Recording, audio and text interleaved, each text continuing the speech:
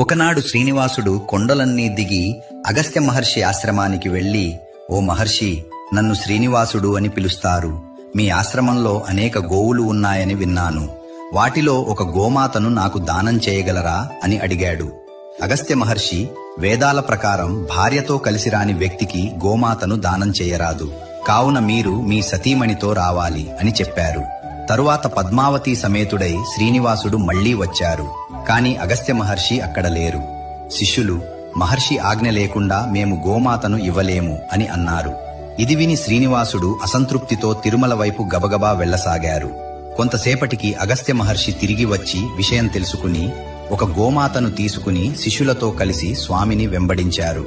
దూరంలో స్వామికి కనిపించగానే గోయిందా గోయిందా అని పిలిచారు.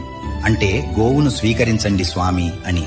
కాని వెంకటేశ్వర స్వామి ఆ పిలుపులను పట్టించుకోకుండా ముందుకు సాగి అదృశ్యమయ్యారు.